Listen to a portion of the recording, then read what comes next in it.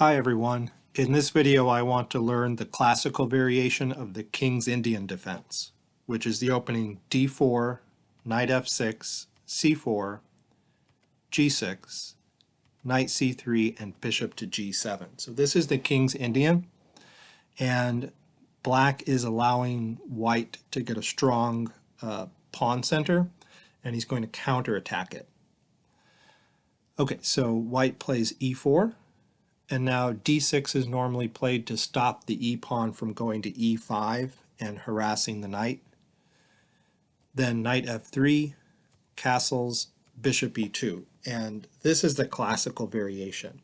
So white's developed his kingside pieces in a hurry, getting ready to castle on the kingside.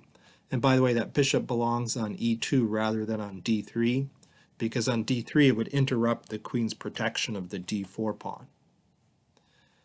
All right, the main line continues e5, striking at white's center.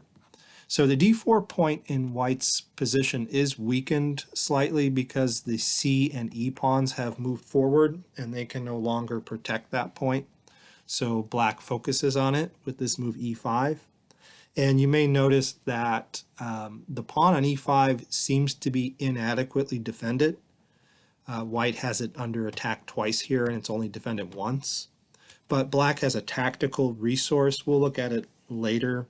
If white does take twice on e5 intending to win a pawn, then black always has the move knight takes e4, getting the pawn back, because there will be a discovered attack from that bishop. Okay, so white doesn't normally take on e5. Instead, the main line is simply to castle, and then knight to c6, putting more pressure on d4 and inducing white to close up the center with d5, gaining a tempo on the knight, which falls back to e7. And now I want to stop and look at the position and talk about the plans of each side. So if you look at the central pawns here, white's pawns are pointed toward the queen side. So white's going to play on that side of the board, and he's going to try to get in the pawn break c4 to c5. Meanwhile, black's central pawns are pointed toward the king side, so he's going to play in the king side of the board, and he's going to try to get in the pawn break f7 to f5. All right, so white's to move here, and he reasons black would like to move this knight out of the way so that he can push his f-pawn forward. So he looks at where the knight can move, and it can either retreat or it can come to the more active h5 square. So if given a chance, black would like to move that knight to h5. So for that reason, the main line move here for white is to get this knight out of the way, and there are a couple of places white can put it, but we'll look at the move knight to e1 first. So the reason he gets this knight out of the way is because that stops black from putting this knight on h5, because these pieces are now guarding h5. Also, when black does get in this pawn break and starts to put pressure on e4, white now has the possibility of pushing his pawn to f3 to protect. So that's white's plan. So you may wonder, why specifically is the knight going to e1 rather than d2? Well, it can go to either square, and there are different strategies behind each line. The purpose of moving it to e1 is normally to move it to d3, where it can support the pawn break c4 to c5. Although sometimes the knight does hang around and reroute itself over on the king side, as we'll see. Okay, so black gets his knight out of the way of his f-pawn, and he retreats it to d7 since he can't move it to h5. And white follows through with his idea of putting his knight on d3 to support the pawn break on c5. Black gets in his pawn break first. Now white simply develops his dark squared bishop to d2. Can't put it on e3, that's not a good square here because of the move f4 is going to just drive it right back. So he puts it on d2. There was no hurry to defend e4 with this pawn on f3. White's happy if black exchanges here. But now black returns his knight to f6 and puts further pressure on e4, so it is time for white to defend with f3. And now black typically locks up the pawn structure. And so black is going to attack on the king side. All of his pieces are on the king side of his pawn chain. And he has a new pawn break. The g pawn can come forward to possibly all the way to g4. All right, but now white gets in his pawn break, c5. g5 is played. White typically exchanges pawns and gets that open c-file for his rook. And there's a very tense struggle ahead. But we're going to stop the theory here. We may look at some Grandmaster games in future videos. And I want to look back through this line at other plans, other deviations from this main line. So let's back up. First of all, right here, sometimes black, or rather white, puts his pawn break c5 on hold, and instead he tries to stop black's play on the king side. So an alternative to the move c5 here is the move g4. That's sometimes played, trying to lock up the pawn structure on the king side and stop black from getting any play on that side of the board. And he's okay if black takes en passant, f takes g3, h takes g3, and white's okay. In fact, black usually doesn't take en passant, he just plays g5. He doesn't want white to get in this move h4 and have that pawn duo there, because it's going to be hard to crack that open. So if you play g5, then that allows a future pawn break here on h5. All right, so that's a completely different way the game could go. Let me back up even further. Okay, right here. Now, when white retreated his knight to e1, again, the purpose was for these pieces to stop black from getting his knight to the h5 square, which is why he retreats it to d7. But sometimes that knight is not actually headed to the d3 square to support that pawn push. Sometimes white will support that pawn break with this pawn here on b4 instead. And he has other plans for this knight. So an alternative to knight to d3 here is the move f3.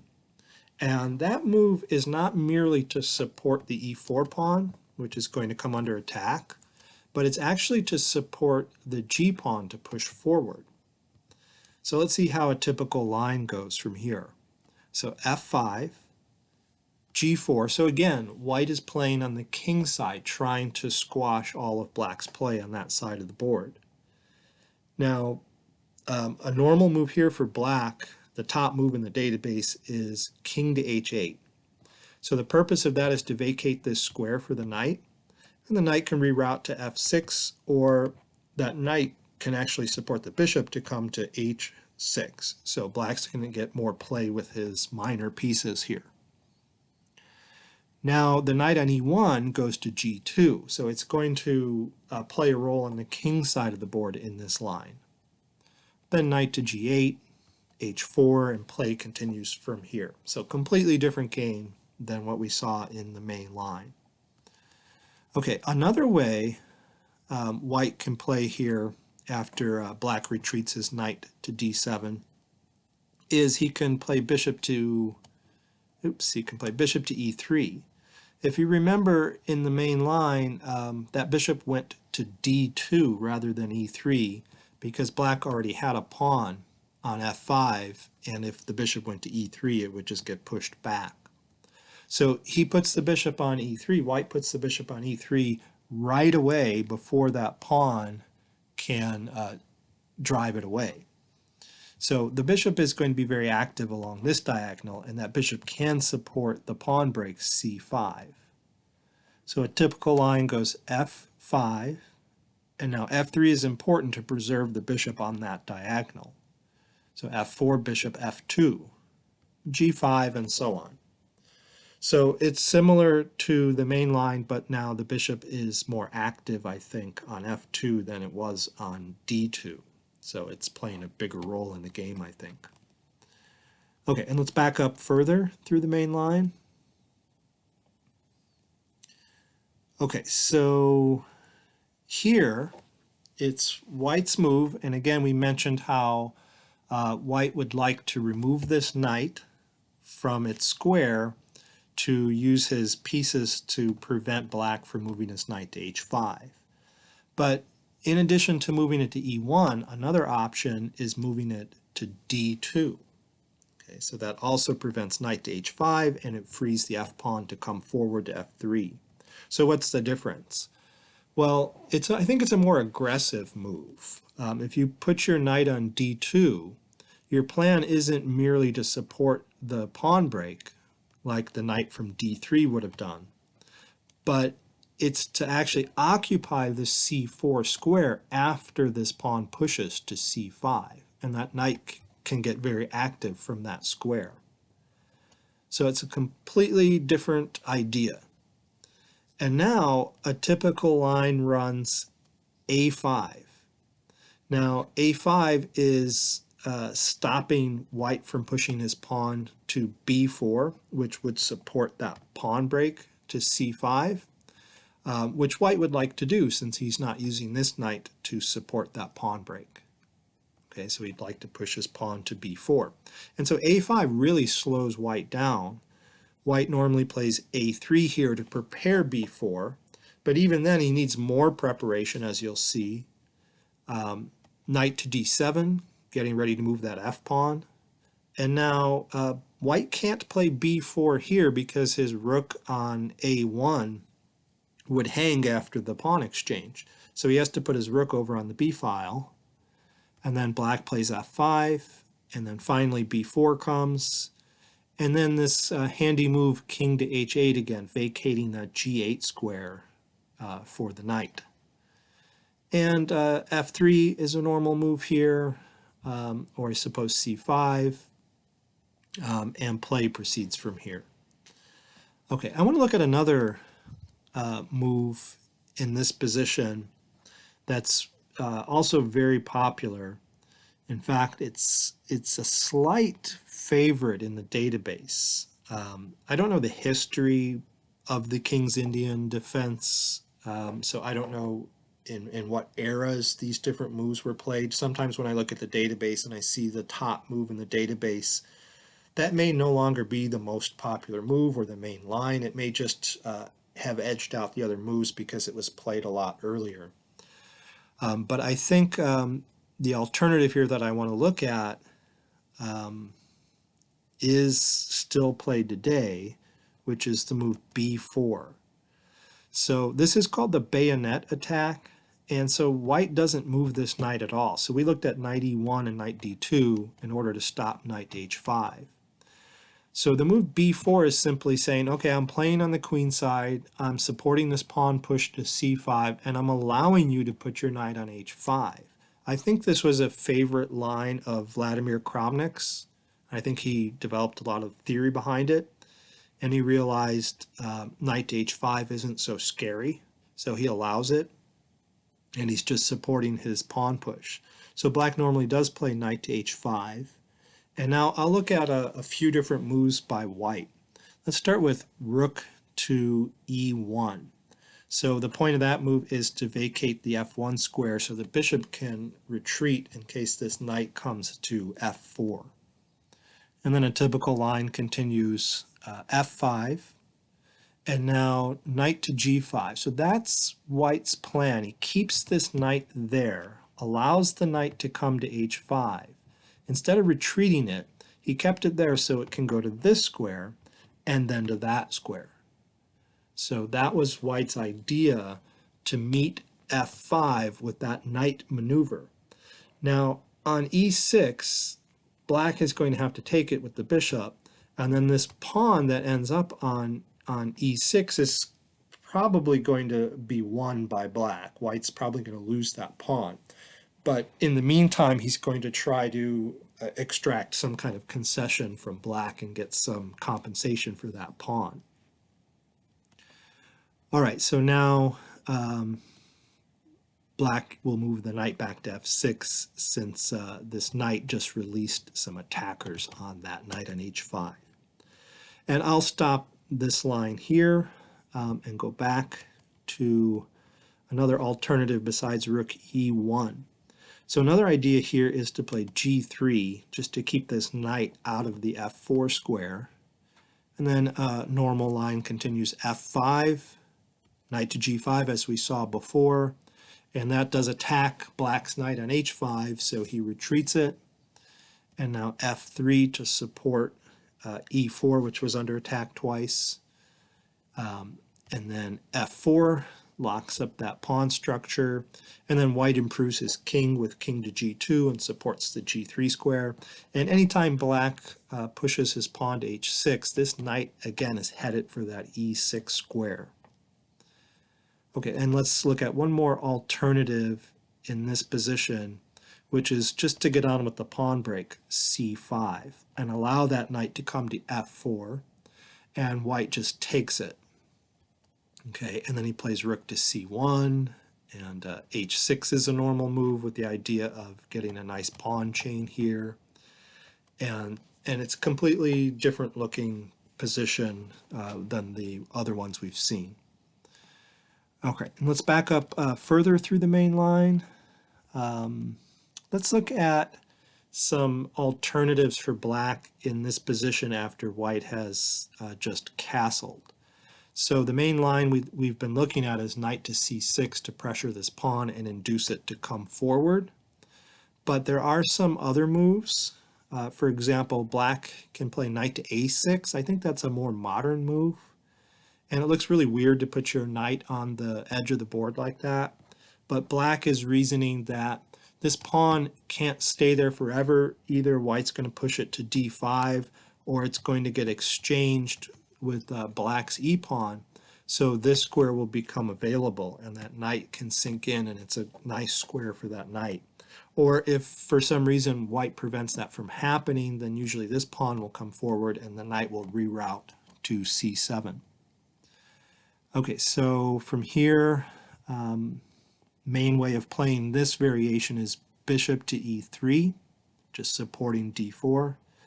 And that allows knight to g4 to harass that bishop, which goes to g5, attacks the queen.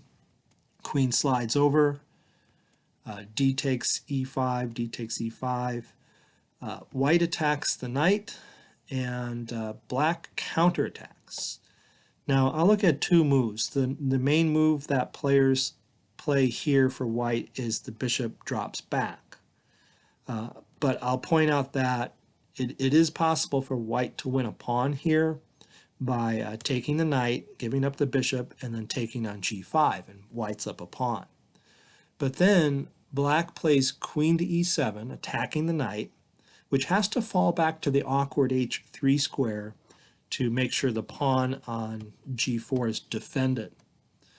And then bishop to h6 comes, and black has a lot of compensation for his pawn in the form of dark square control. I mean, look at all these dark squares. Oops. Look at all these dark squares that black is controlling. Okay, all of these dark squares. So black is getting a lot of play on the dark squares here.